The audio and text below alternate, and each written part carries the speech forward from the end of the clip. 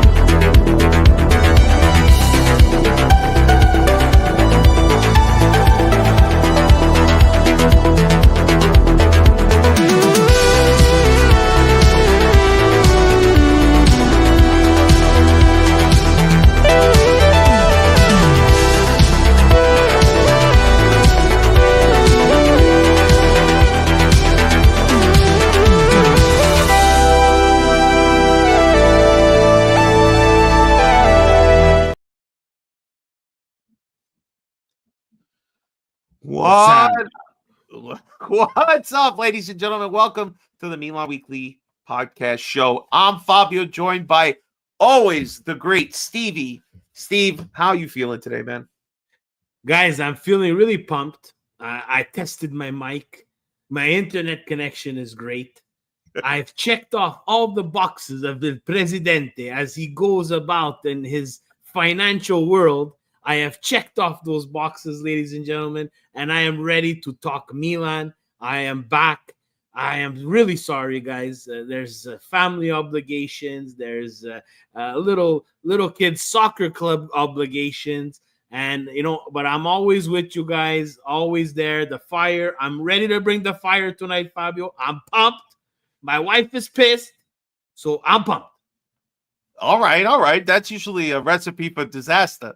But we digress. Steve, Milan has been up and down the whole season, so it's just fitting that this game panned out this way. Let's get into it right away because that's what people are here, man. The episode is called Cover Back Post because it seems like we do not know how to do that. So let's go back to the beginning. Now, obviously, the big news going into this one is that Camarda was going to be starting for an injured Morata. So, 16-year-old gonna make his debut. How were you feeling? What were your thoughts? Obviously, with this lineup changing, not having Musa in there and going with Chukwueze and changing our center back pairing with Pavlovic playing instead of Tomori. What were your thoughts going in? Yeah, so we discussed a little bit, through the chat and had some conversations about the starting lineup. Look, I'm happy for Camarda. I think he is the future of Milan. I think he is the real deal. We just need to be a little bit more tactical and a little bit more intelligent on when we bring him in. For me, I would have liked to seen Camarda get the start at a jam-packed San Siro, where he's home, he's comfortable, and he's ready to explode. Could you imagine that stadium, 80,000 people filled, because that would fill whichever game would be on for Milan. It would fill up the stadium with joy if you would get that goal, that we're looking for. I think we just needed to be a little bit smarter. And I'm not playing Monday morning quarterback. This is something that I said from the beginning. changing the lineup, this is typical Fonseca, guys. Overthinking. I would have to agree. Overthinking. Like, man, we just kind of turned the corner, put in a performance against Real Madrid that everybody was talking about. And it was something that was going to be able to cause fear in our opponents. And then you fall into this trap game, and we all know what the trap game is. And it was against Cagliari, and this is what you saw. I did not like the changing of the center backs, even more so than giving the start to Camarda. And what put the cherry on the cake is, you have a young guy like Musa who's struggling to get into the lineup week in and week out, and he has a great game, and you take him out and you put someone inconsistent like Chukwueze. Yeah, I agree. That's one of the things when I look back at this game and it gets me a little frustrated is this idea that Musa finally put in a great performance, played, and defensively they played pretty well against a superior club like Real Madrid. But here we get sliced open. And look, again, unfortunately, it has to be, 65 seconds? 65 seconds on a corner. We look stupid, immediately give up the goal. It was very disheartening when it happened, but it was good to see Milan bounce back within 13 minutes. A beautiful little pass by Tijani to Leao. And Leao does what we know he can do. A slight little touch, boop, right over the goalkeeper and doing exactly what he needed to do. And then obviously getting a second one before half. Now, I don't want to sugarcoat it, Steve. There's a million chances that they should have scored. Got overturned by VAR. Barely missed some. We were extremely lucky, I think, when you look back at everything, when you watch the highlights of this game and see how many times they had chances. 2 times they got goals taken away from them because of VAR. Yes, they were offsides, whatever, but in the end, it just shows how more clinical they were. And it has to start asking the question, why does everybody show up and like they're salivating against us, Steve? We don't strike fear into teams anymore. They come and they bring their best, and we can never handle it. Is this Fonseca? Is it just P? That what do you think is going on when we have a lower club like this come and score 3 goals? Fabio, I have to take it back to taking a goal after 65 seconds, and that's never a recipe for success, especially in Serie A, especially when you're traveling, especially when you're playing a team who's fighting for relegation. Now, after 65 seconds, they understand that you need to change your game, right? Milan needed to change their game. They need to get back into the game. My question is to Fonseca and family, because for me, Milan is a family, and I should be able to ask this, even if I'm oceans away. How could you let a goal in after 65 minutes? How could you guys not be ready to play after 65 seconds? Sorry, not 65 minutes, 65 seconds. This is the questions that I ask myself, because it happens. And again, people are going to hear this throughout the year, because I coach 11-year-olds and I need them to be ready at the start of the game. And there's certain things that, I'm not saying I'm a world-class coach, but there's certain things that you do to make sure that they're prepared. What are your assignments? What are, first of all, have fun. Some of the players on Milan don't even look like they're having fun. And that's a bit of a scary recipe, because you're overthinking things like corners that should be second nature for a professional player. There's a back post, there's the middle, and there's a first post, and there's a possible short corner. There's not too many options, Fabio, on corners. Now, if you're leaving the back post open one time, and the guy puts in a good cross and a world-class finish, you know what? You chalk it up as what? What do you want me to do? You tip your cap. There's nothing you can do about it.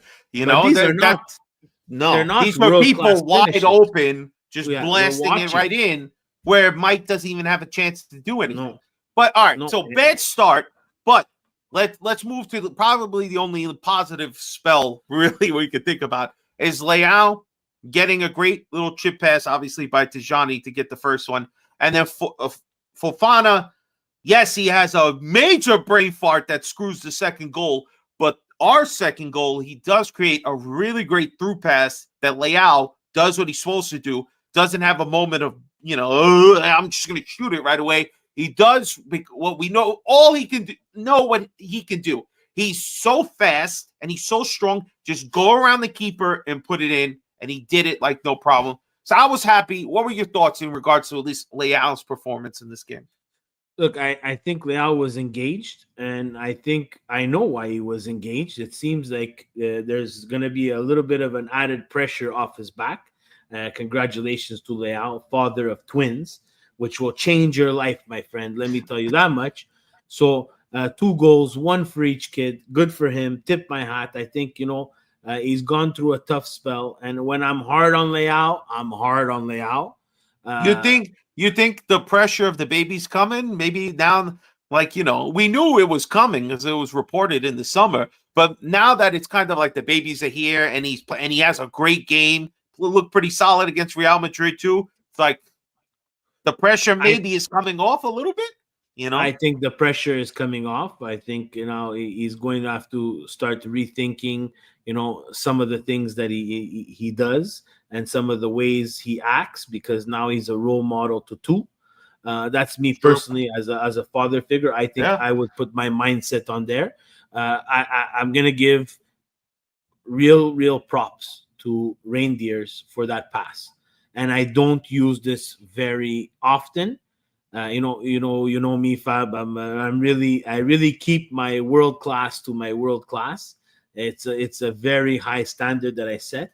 That is a real class pass. Like, there's not a lot of midfielders that can make that pass and finish like Leao. So tip my hat to them to tie in the game. And again, like you said, brain fart on one side from Fofana, but makes up for it with a through ball that's almost unexistent in this game. We don't see them anymore. So when I see them, they're almost more exciting than goals. And exactly like you said, Leao using his athleticism, because that's his biggest strength, whether we like it or not, guys. Let's be honest with ourselves. He's not world class because of the soccer IQ yet, or what he's doing off the ball. He's class because he has athletic talent that not a lot of people can catch up to him. Not a lot of people could deal with his strength. And when he's engaged, this is the Leao that we need. And I hope that going forward, this is the Leao that we're going to get. I agree. I'm trying to think any other bright spots that we could talk about here in regards because it's pretty negative here on out. All right, let's go flops, because here we can kind of talk about everybody that we might think is a flop. But what's your flop of this match? For me, guys, my flop is Theo Hernandez. And it's Theo Hernandez for a couple of reasons. I don't understand his constant frustration. I don't understand his positioning on the 3 goals because, you're back to the back post. You cannot cover up the back post if you don't know if anybody's there. So it seems like Cagliari did their homework because they were able to score on us 3 times. At a certain point, you're the captain. You're taking real childish yellow cards. Like, we need the Theo Hernandez back. We need the true Theo Hernandez. Yeah, is this an imitation Theo? Maybe this is a Theo in protest. I don't know. Since Maldini left, he hasn't been the same. He has moments where he's defensively pretty solid, but not this game. And he just looks so lost out there. I mean, it's really frustrating that the goals in every game are the same thing. Come in from the right side, cross, left side, wide open. It's like they do it over and over. I agree, Anthony. The flop is probably the entire back line. Again, I'm not a big fan of Pavlovic. I think the jury's still out on him. Chow, the last couple of games, I've liked what I've seen. He hasn't done bad. Casino Royale, well, I mean, you're playing the slots with him. You're never winning. That's for sure. Not with him. You never hit a jackpot. We were celebrating, Steve. Oh my God, he made a great pass to Leao. Oh, how many games has he played? Like fucking 14, and he has one cross. One cross. That's not acceptable. Teo is the worst of the worst today because it's just again being lost out there. Is it 100% his man? Maybe Okafor should be there. I don't know, but still. And you're the captain. You're the captain. So that's another question. Like, you're subbing out Leao, you're subbing out Pulisic, you're making these subs as a coach, and this is where we're gonna get to the Fonseca part, and I know you'll talk about it after.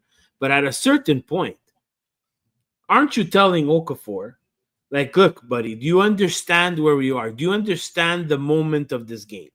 We're back in the lead. I need you to play a little bit of defense to help Theo Hernandez out. So if it's not him on the back post, can you make sure that you're on the back post? And someone, please, guys, tell Fonseca that to build a center back pair, the center back pair need to play for more than one game consistently together. So you changing, you donkey, the center back pair that we played against Real Madrid, probably one of the strongest teams that we'll ever face this year, and had a good outing. They played so well, they made Casino Royale look good. No, you had the bright idea to start rotating them. Like, this is the frustrating part because you have an international break after, right? So what the fuck are we doing here, guys? Like, what are we doing? This is the frustrating part that I have. Like, aren't they getting the communication that we think? Like, Fonseca speaks Italian, right? I'm pretty sure Okafor speaks a bit of Italian. If not, he speaks English too. Fonseca speaks grab English. Grab a phone, DeepL, Google Translate, something. Duolingo. I don't know. Find an app, Christ. Find an app and give the proper instructions. And I'm not, again, people are going to say, oh, Steve, you would have done better. I think I would have done better. I'm probably convinced that I would have done better, Fabio. A lot of people could see the issues with Milan, the type of players we have, kind of the style that we should be playing. And Fonseca just doesn't want to do it. Juve corner cast here saying, Milan, they should play counterattacking because you guys have the players. For example, Leao, when he has lots of space, he thrives. Fonseca isn't the right coach for Milan. He's not a winner. I hate to agree with the Juve corner cast, but 100% right. And a lot of people felt this way from the moment he was hired, that he wasn't the right person. But these up and down, it's just proving that maybe he's over his head. How much longer? We're going to talk about it a little more and dive more into Fonseca. But just to finish this, who's the top? Is it Big Papa Leao? Is anybody can even stand next with him? What do you think, Steve? So for me, I have two tops here because I think both Reindeers and Leao had great games, and it's not because of the pass. It continued over from the Real Madrid game. I think Reindeers really, he really created another aura about his game. I think the Dutch team is really happy now.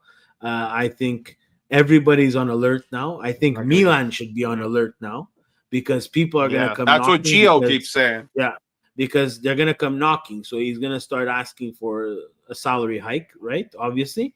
And again, and Leao, just because the two finishes is what we want to see. Let's keep it simple. Yeah. Let's do what we got to do. No fancy, no fancy overstep for no reason. I don't want you to do too much. Just keep it simple. That's what you do, Leao. That when you keep it simple and it's, push it past the defender and beat him. If they're too stupid to put two people on you, do it all day if you have to. And if he can get everybody else involved as well and score 2 goals, we're on the right track. Well, that was the game, guys. 1 point in Sardinia, and we'll see what happens now. Our next game that we'll end up playing is against Juventus in 2 weeks. All right, Steve, let's time to check out Serie A and the rest of the results.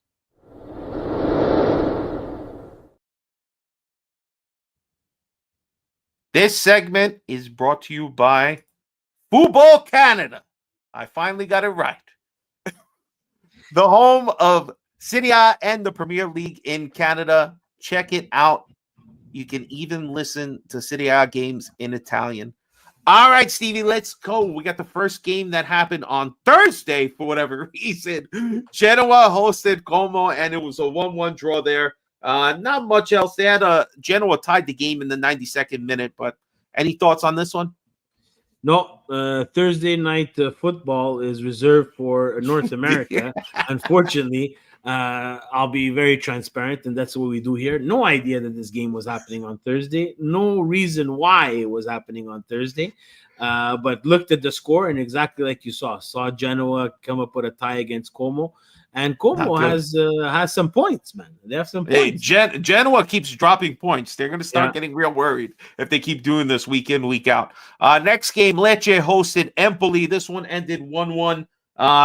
Really no notes on this one. Just a fairly lower class. This is what you guys would say, making a case for 18 teams in Serie A. But all right, so let's move on. Parma Whoa. Okay. What are you doing, Fabio? There's rumors. The rumor mill, right before we got on, seems like there's a new coach at Lecce. Oh. Apparently, Il Grande Giampaolo è ritornato. È l'allenatore del Lecce. No, Giampaolo's face have moved. The earth has cracked open and out has come this hand, and it's Giampaolo taking hold of Lecce, aka milk. For how long, Fabio? For how long? I don't know. Milk spoils fast, Steve, especially with Giampaolo at the wheel. That's the rumors, guys. We'll see. But both teams dropping points in that one. They definitely will see their table standing. But let's go to the next one. Venezia losing 1-2 to Parma. And this one, I believe, Parma had it pretty good. Venezia had 5 good minutes in them where they took the lead, but then Parma scored in the 17th minute and then again in the second half to get a needed 3 points. Venezia's not that great this year, unfortunately. No, I think Venezia is, again, one of those teams that we're going to see probably go down. And it's tough, right? Because we see them. They're one of those teams that keeps on coming up and down. I would like to see some kind of change in Serie A where it would be easier for these teams to stay up. Como's putting a bid for that team to stay up. For how long, I don't know. But again, I think it has a lot to do with finances. And, once we get to 20 teams, there's a lot of places on those teams that are taken by guys that maybe, they're not up to the level of Serie A. Yeah. And unfortunately, that's what you see. But again, Parma doing a great job too as well, picking up points where they have to pick up. And that's when you get the job done. We got a Busio, I believe, in the midfield for Venezia. That's an American international. But other than that, they're not doing so great. Because we haven't done it yet. Just for our game, we got there are a lot of those. Unfortunately, we don't know how to play defense, so 3-3. All right, Juve Torino, the Battle of Torino. Juventus come out on top 2-0. 2 goals. Hey, man, Timmy Weah. I'm glad he's a U.S. international. He's looking pretty solid this year for Juventus. Got the first goal, and then their young sensation. What's his name? Yedlitz or whatever it is. Yields. It's too many I's and Z's and someone again. He's looking good again. Fabio, looking good. But guys, he's got to stop. He's not Del Piero. Like, stop celebrating like Del Piero. Like, stop trying to be Del Piero. Like, you're not gonna be Del Piero. Like, that's what I have to say. And I think they had a good game. I think Motta has them, on the right track. The Derby del Torino is always something. Derby delle Mole is always something very, very important for them. Like, I feel bad for Torino. I have a soft spot for them. My dad always had like a little picture frame in his workshop of Torino, especially after Superga, because of the tragedy there. And I I think would be surprised if most people didn't feel like Torino, if they knew about it and were around that time. Everybody kind of thought of Torino as like their second team because of what's the terrible tragedy that happened to them.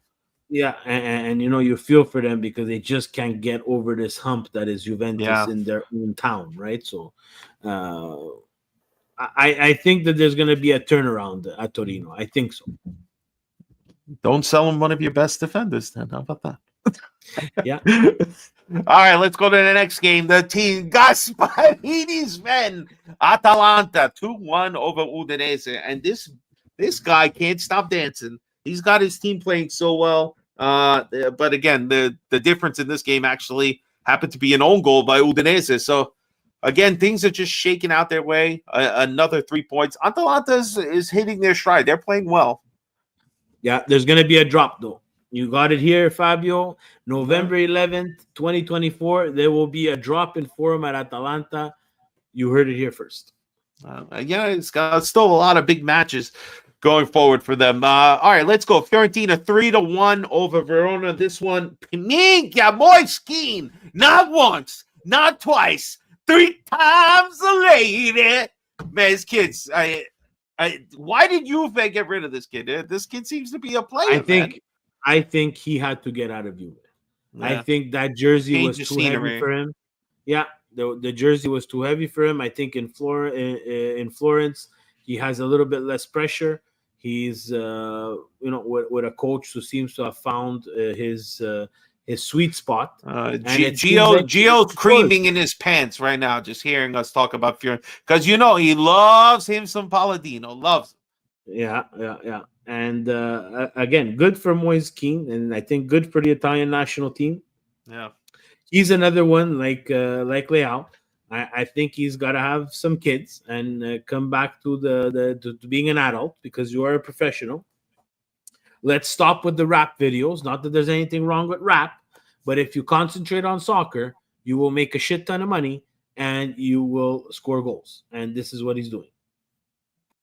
Definitely. All right, so let's get to possibly a dumpster fire even worse than Milan right now.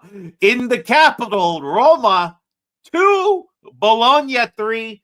Roma then firing their coach after. Who's their new coach, Steve? We have no idea. But Roma firing another coach. Guys, this is out of this world. This is hold my beer style, and I have a lot of Roma friends, and the hype train was on. We have Sole, ole. He doesn't play. You spent all this money. Yeah, but you spent all this money, And when Mourinho was there, you barely bought him like a case of 12. Like, what did you expect? And this is my knock sometimes on, foreign owners that just don't understand. You get rid of Mourinho and you have an idea. We're not going to say it's the best idea, but you say, you know what? We're going to bring in De Rossi. He is like number 2 on the list. There's Totti. And De Rossi, yeah. And then like underneath, there's De Rossi. Yeah, Giannini and and the other years and Capello. There's a whole bunch of people who did great things for Roma, but for these times there's Totti and then there's De Rossi. And you know what you're getting. You're getting a coach that does not have a lot of experience. He didn't have his team ready for the start of the season because they were gassed and he was making changes at the 80th minute. And I'm talking because I have a very good friend, we're going to shout him out. He's assistant coach. He was a friend of the podcast, Marco Masucci. He's away in Nations League. Imagine playing Nations League, CONCACAF Nations League. So good luck to him and his team, St. Lucia. He's the one who said it. You cannot have someone with this little experience take over a team like Roma and expect him to make miracles. So they spent money, Fabio. They spent money. They got him the striker from Girona. They got him this. They got him that. But guys, they're just not good enough. And I've been saying it, and people laughed. Yeah, I said the same thing about Napoli too, and they kicked me in the ass. But Roma is just not good enough. They don't have the depth, and they got rid of players like Bova, young Italian players that they could have kept. So like you were asking for it, and then you get rid of De Rossi, you bring in Juric, and you want him to make miracles with the same players. Minestra riscaldata over and over again for these Roma fans. It can be, Fabio. At a certain point, the direction has to look at itself and say we're not heading in the right direction. It just seems silly to fire your coach after you gave him new players in the transfer window. Like, you weren't in a position, you were again going to be fighting to hopefully make top four, but you weren't fighting for the championship. You could have gave the guy a little more time. You just gave him a contract extension like months earlier. It doesn't make sense why you'd blow up the team and now you give somebody else the team. He's not playing certain players. Obviously, he's just coming in trying the best he can. Now you fire him. Who knows who's coming in next? Some people are saying, just go get De Rossi back again and see if he would come back. But who knows? Roma.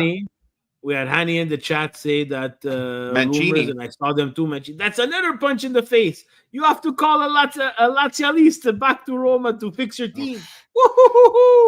That's putting gas on the fire there.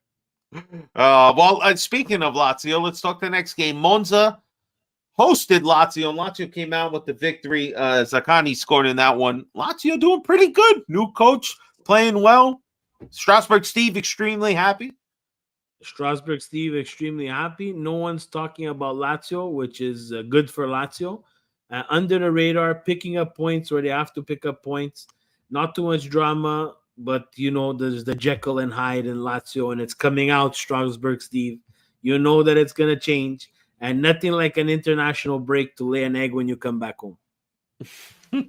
Well, the final game of the slate was the biggest game of the week. It was 1 versus 2, Napoli and Inter. It was fairly exciting in the beginning, but I thought the second half was a little boring. Napoli getting on the board first with McTominay, putting it back, and then Inter. I mean, Hakan has a amazing shot from outside the box that the goalkeeper could only get his hand on, but he gets the opportunity to get the game winner, and he shoots it so hard, maybe he was feeling himself a little too much, and he rings the crossbar, the post, and misses it, and they end up 1-1. Exactly the result for a Milan perspective you wanted. The two guys at the top to both drop points. Hopefully you picked them up. We didn't. But what were your thoughts on Inter Napoli? Look, I think it was a good game. It was not as entertaining as we've seen in past games. I think Inter Juve so far was the game of the season. Absolutely. Conte is not an idiot. He knows he's playing away from home. He kind of held his cards close to his chest. And Inzaghi too, at a certain point, you saw that they were not looking for much more than this tie and moving on. I think for the league, this 1-1 draw is great in terms of the standings, terrible in terms of the exposure. I think at a certain point, the game lost a little bit of luster. The penalty shot, it was going to be cruel. I think it had to end 1-1 just the way the game was going. Honestly, when I look at it, I still feel like Inter is definitely the better of the teams. Napoli is just playing well. People are saying it's because of the one time a week, but Napoli's still there. Let's go to the standings, check them out now. Obviously, after 12 games, Napoli's sitting at top with a 1-point lead. Now, with Atalanta, Fiorentina, and Inter, and Lazio, Minchia, all of them at 25 points. Juve sitting at 6 with 21, and Bozo Milan at 7th place with 18. So, Steve, you see this, man. Napoli has the coach, the center back we wanted, the coach we probably should have went after. One bad year, and they seem to have turned things around. What are your thoughts here with this top four you're looking at with the Napoli, Atalanta, Fiorentina, Inter? You know, I didn't think Napoli would be at 26 points. After the way they started, I thought it was going to be just, it was going to burn to the ground. Uh, I don't think they're deep enough. I think the one time a week helps them with not being deep enough. And the guy's a magician. Like he's making McTominay look like as if he's the next coming of a future center back that's going to be world class. But in the end, I think this will catch up to them.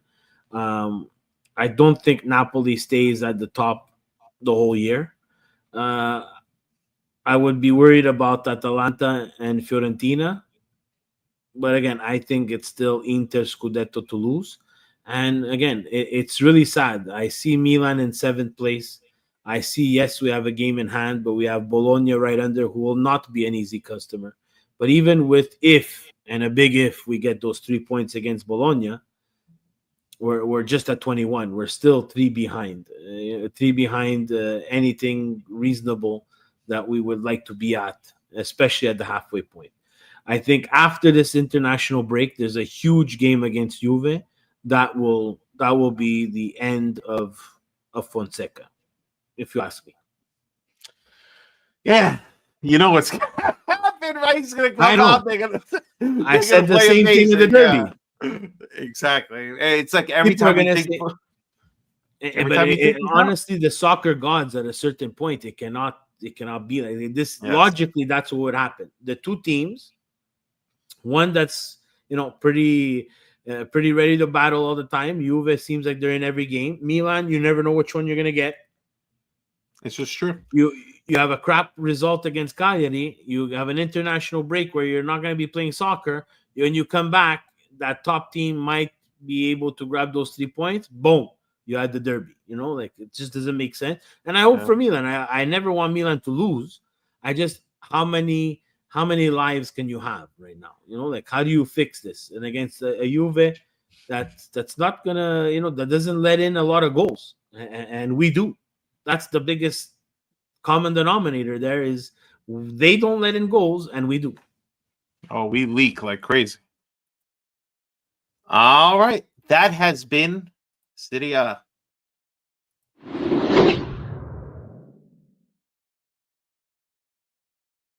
That segment was brought to you by Football Canada, the home of City A and the Premier League. All right, Steve. Before we move on, Whoa, God whoa, whoa! forbid. Before we move on, fix these squares. The rest we're getting in trouble. Oh, you're right. You're right. Sorry. The squares. Okay, here we go. Here we go. Let's put this in. It's Fanta Calcio time. So if you're out there and you're playing your fantasy calcio, who's at the top here, Steve? Because I can't see fucking jack shit. This picture might be small enough. I can't see anything. Let's go full screen. Maybe I can see it then. I'm sorry, guys. This is how it goes. Bandito, first place right now, 957, and behind it we got Uriel Milanista. All right. Winning 11 up there. Milan is on fire. Where's the usual suspects? Oh, we've changed a little bit.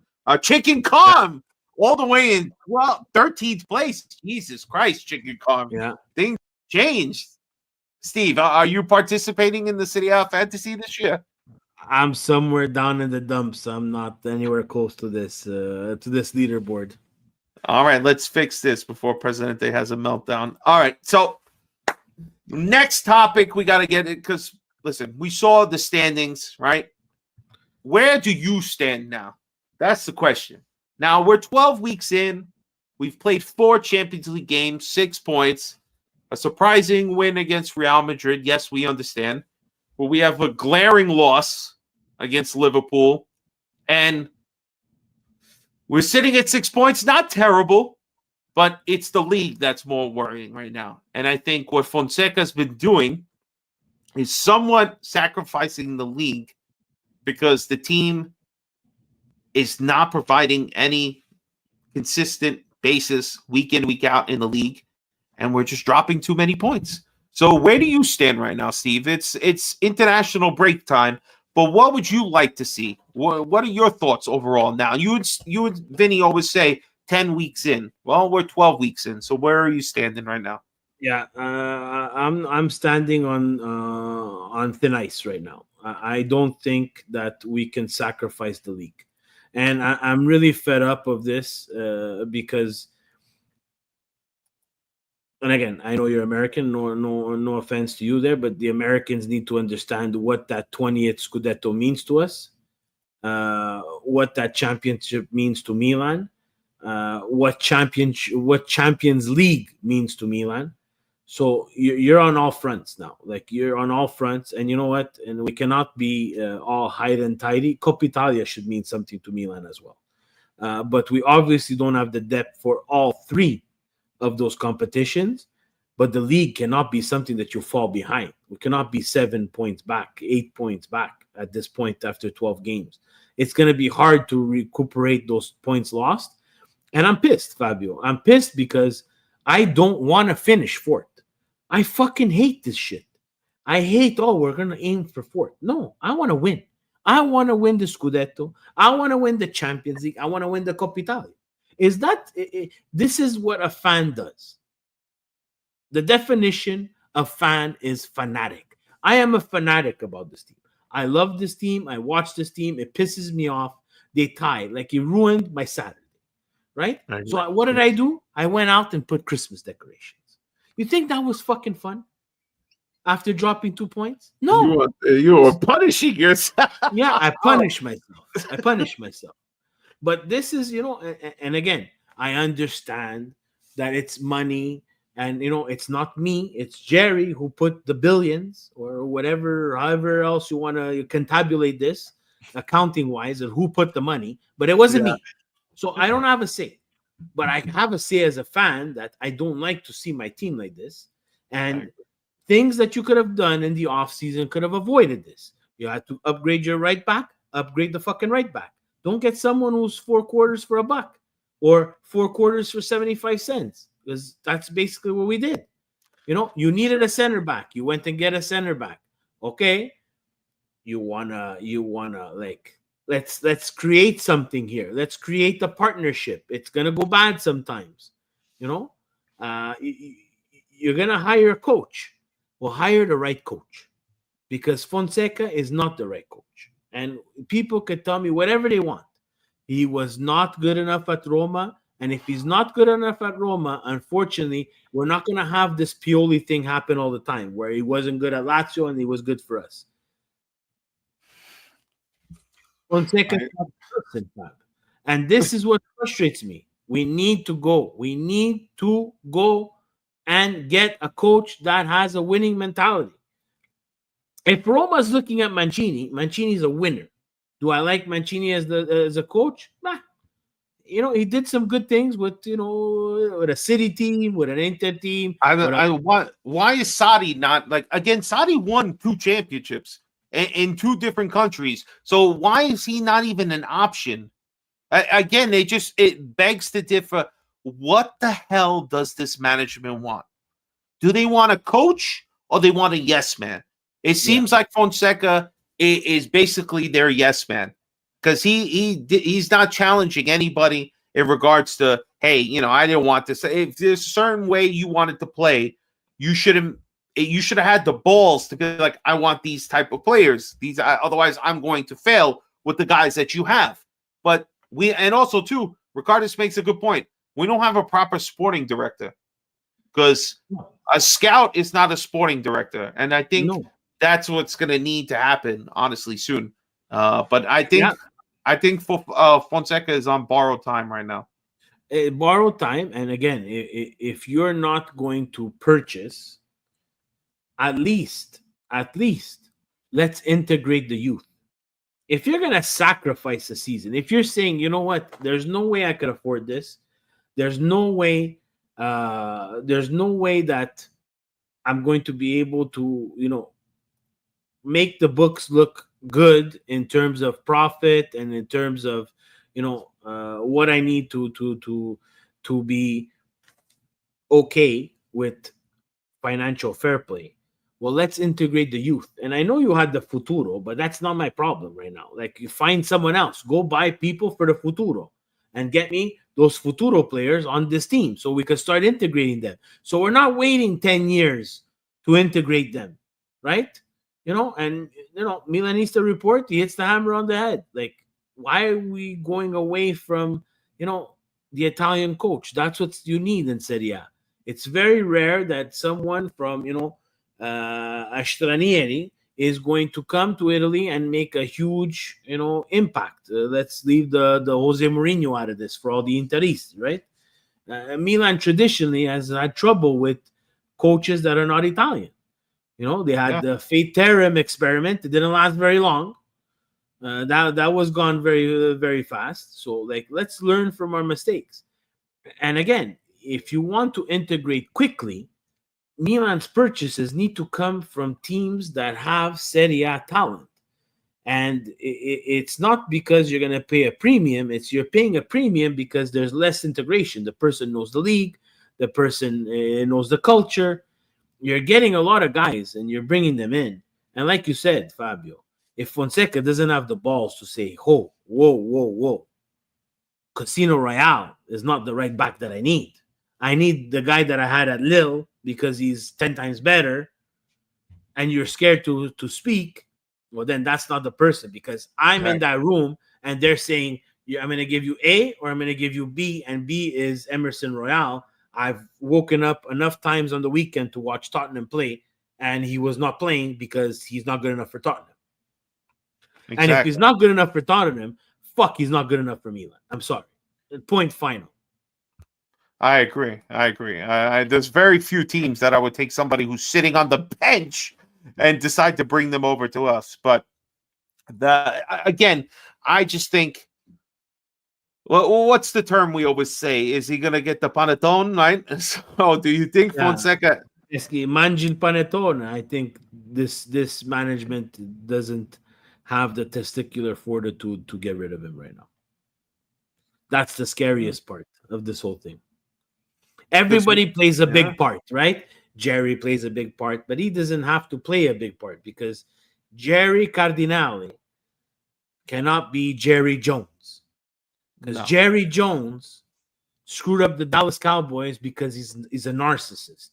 Yes. And he thinks he's the general manager. He thinks he's the general manager. Jerry's not doing that. Despite everybody, he's not doing that. But he's putting people in place that think they're in a position where they know, and I don't think they know.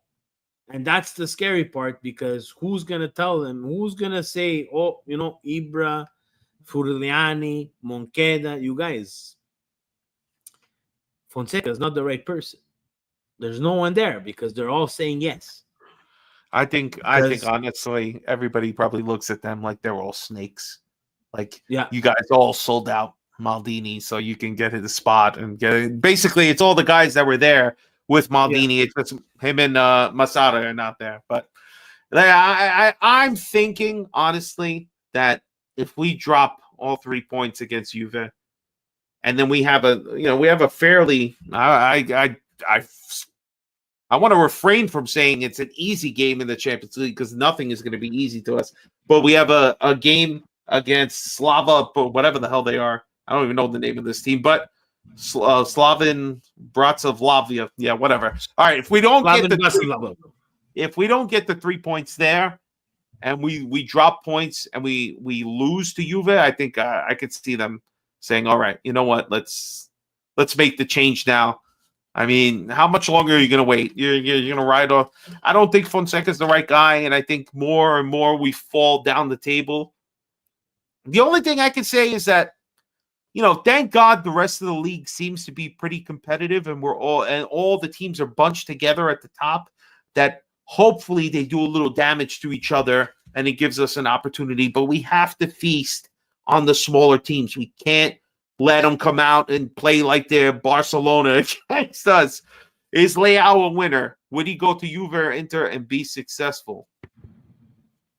I think so. I think so. I think he's an extreme talent. He is an extreme talent.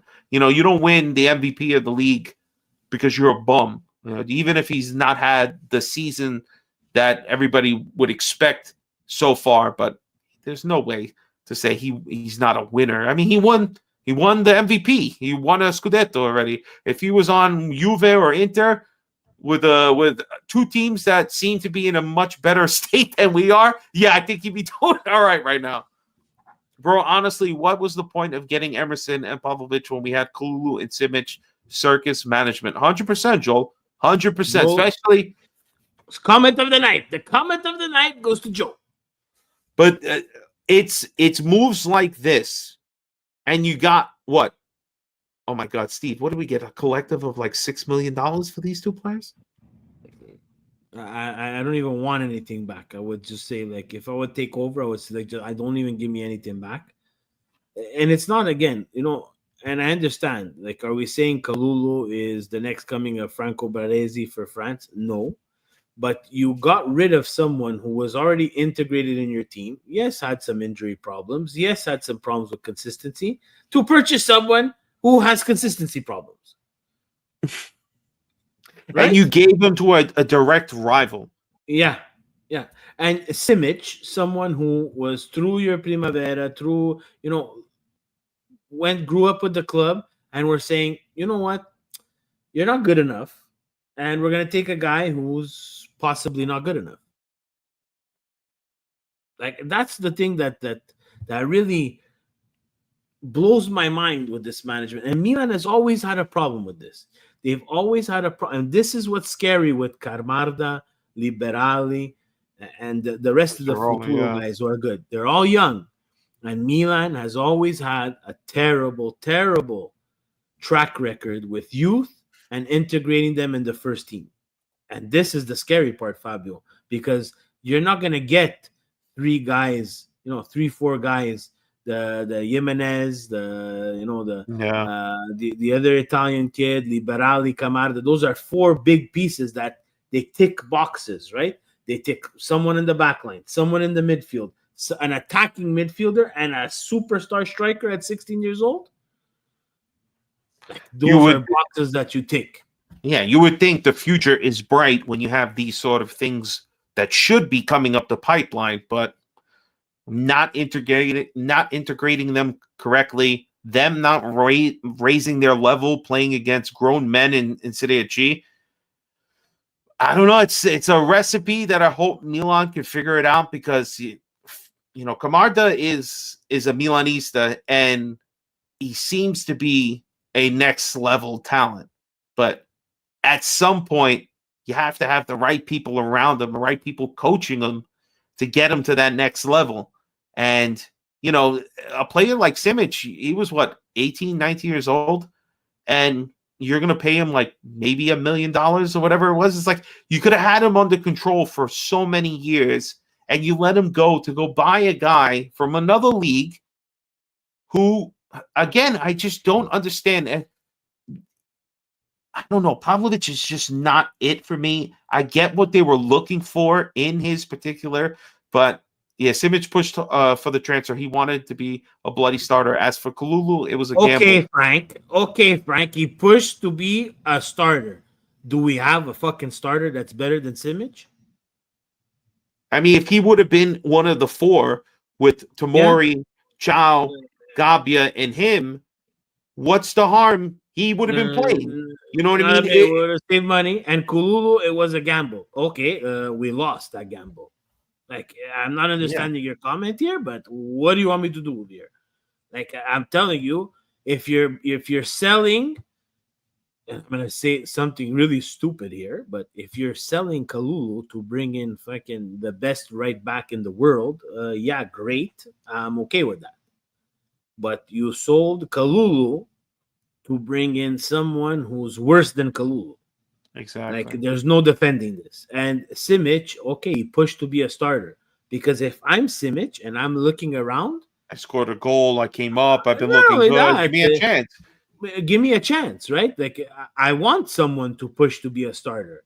I don't want to be someone who rides the bench, whether he's talented or not. And maybe we would have saw after this year, we're like, great. No more Bakayokos, please. We don't need you modeling and sleeping on the bench just to collect $1 million every year. We don't need that.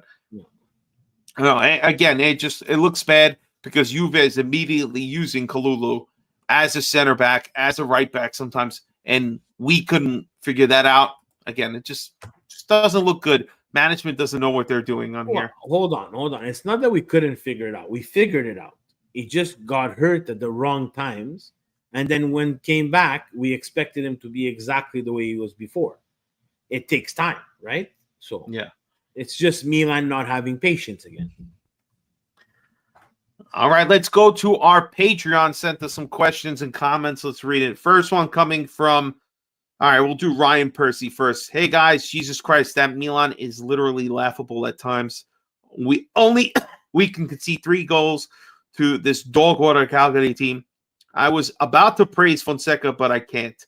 Why does he keep changing the defenders? Just stick to a pair, barring any injuries, please. And then he also says, also, fun fact, I was able to go watch a game at San Siro. It was the Udinese game. As you remember, Reindeers got the red card in that game. The next day, I was walking around Brera, and I met Reindeers on the street with his family. Great guy, super nice. Damn, pretty cool, Ryan. Got to meet Wow. Dejani on the street. But, yeah, again, kind of what we were echoing earlier.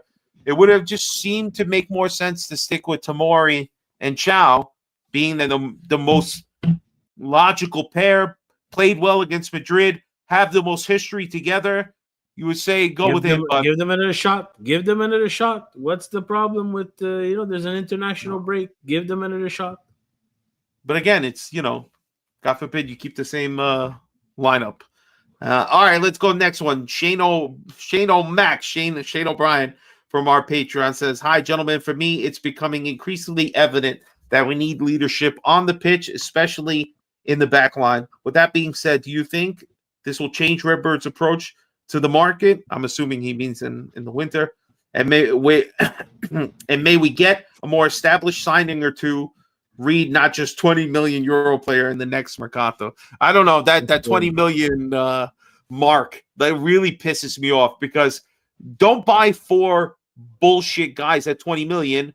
Go spend 1 or 2 guys for 40 million each that will be difference makers. We were talking about this at the bar, I believe, with Luca, and it's just like, stop buying mediocre players. You're always looking at the Dollar Tree to find high-end merchandise. Like, come on, you're trying to buy garbage and hoping that it turns out to be gold. But what do you think, Steve? Do you think we're going to make any sort of investment in the next market? Whatever the investment's going to be, again, it's all timing, right? Who's going to be the coach? Is it going to be Fonseca? Will he be able to speak up and say what he actually wants? There's the rumors of the right wing from Lille, who Fonseca had there. Is he good? Look, I've seen him play, but I think we already have a right wing. So you're not looking at the right spots, right? Are they gonna come to terms that maybe our center backs are not good? Then again, it's admitting to mistakes. Whatever the winter transfer is going to be depending on where we are in the table, who's the coach, and if they're willing to admit that they made a mistake in the summer and hit a home run in the winter. Because if you're not hitting a home run in the winter, you're just wasting money. The winter transfer is probably the worst and hardest transfer to negotiate, because everybody's in the middle of everything. Is he cup tied? Is he not? There's so many things that you have to look at. And you have still 2 games of the Champions League in January, which has never happened before. So it's going to be interesting. Definitely. I mean, again, Milan is not known to really make any sort of market moves. And it would be very, very, very crazy if they actually did anything. But let's keep our expectations realistic. They probably won't be. All right. So that's pretty much the show, guys. Here, parting shot. Steve, any last thoughts you want to put out there before we close and wrap this up to the people? I want to see my Milan win. I wanted them to do well in the league. I want them to do well in Champions League and Coppa Italia. I want to see Milan win. I want to see Milan get back to a respectable spot where we're not seeing stupid articles in Gazzetta dello Sport trashing my team here and there and here and there, where I don't have the legends of the past gathered around having a whiskey and laughing at this Milan, because that's what I think they're doing. I need them to understand, and I need ownership to understand. This is my take. This is Steve Polilo's opinion. If someone has the ball, send it over to him. Send it to Jerry. This is what I want. I'm a Milanista. I was born a Milanista. I will die a Milanista. I have 2 kids that are Milanista. My wife, I turned her into a Milanista. My mother is a Milanista. She has no choice. This is what it is. If you bleed red and black, you bleed red and black. And never, ever, ever wish that Milan loses games. And for all those fans and in the chats and the stupidity that I see and I read, guys, that's embarrassing. Like, if you hope that Milan loses, I question your Milanismo. And I'm right to do so. Absolutely. We will lose games. The club will not always function the way we want it to function, but never, ever wish loss on Milan. Never. It's a lot of people like that. And unfortunately, it seems to be more about, oh, well, I just rather be right. I mean, I'd be the first person to be happy and be wrong and find out that Fonseca is a functional coach and can get us over the line and turn the team around. I'd be happy. It happened to me and Vinny. It happened to me and Vinny. We were totally against Pioli. I was against Pioli. I didn't like that move. But prove me wrong. I'm okay with being wrong. I'm happy to be wrong. If Fonseca is the next coming of Carlo Ancelotti for this team, I'll take another 2 Champions Leagues and a Scudetto. No problem. But I'm on the bandwagon. I don't jump off the bandwagon. I love these guys. If they lose against Juve, I'm done. So get the fuck out. Get out. Get out. Yeah. What is the difference whether they win or lose against Juve? If you're so close to the brink, just do it. If you're not here to suffer through the bad times, don't you dare show up for the good times. All right. And my parting shot is one of the good times here. All right. Despite the result not being what we would all hope, look at the turnout in the New York City club. So happy that I got to be there with my wife. Guys, that's my parting shot. I tell you now, if you're in the greater New York area, anyway, in Connecticut, New Jersey, New York, Long Island, find your way to Legends Bar on 33rd and 5th Avenue. The next meetup that's going to happen is Milan, Juve, Empire City Club, or whatever the hell they call themselves in the New York City section. They come to the same bar, and they've never once even had remotely close to the same atmosphere that the Milan fans bring. So if you're in the area, you're going to be there, come through. I will be there 100%. I will be in Manhattan. So it's going to be a great weekend. Hopefully we get 3 points. If not, we'll be talking about the end, probably of Fonseca, but we'll see. We'll see. Steve, anything else before we peace out? Guys, thank you so much for being here with us. No show next week. International break. We're on a break. Check us out after me and Gio, coast to coast, Vinny and Steve. Forza Italia. I don't know if USA is playing, but let's go red, white, and blue. My country let me down this week, but it's all right. You know what, Steve, we were talking about this. It's like, one thing happened bad, but Milan won. At least Milan won. My country's going down the gutter, but Milan beat Real Madrid. So you win some, you lose some. That's it. Guys, thank you all for checking us out. Please subscribe and leave a comment. See you all next time. Ovunque e sempre. Forza Milan. Peace out, everybody. Good night.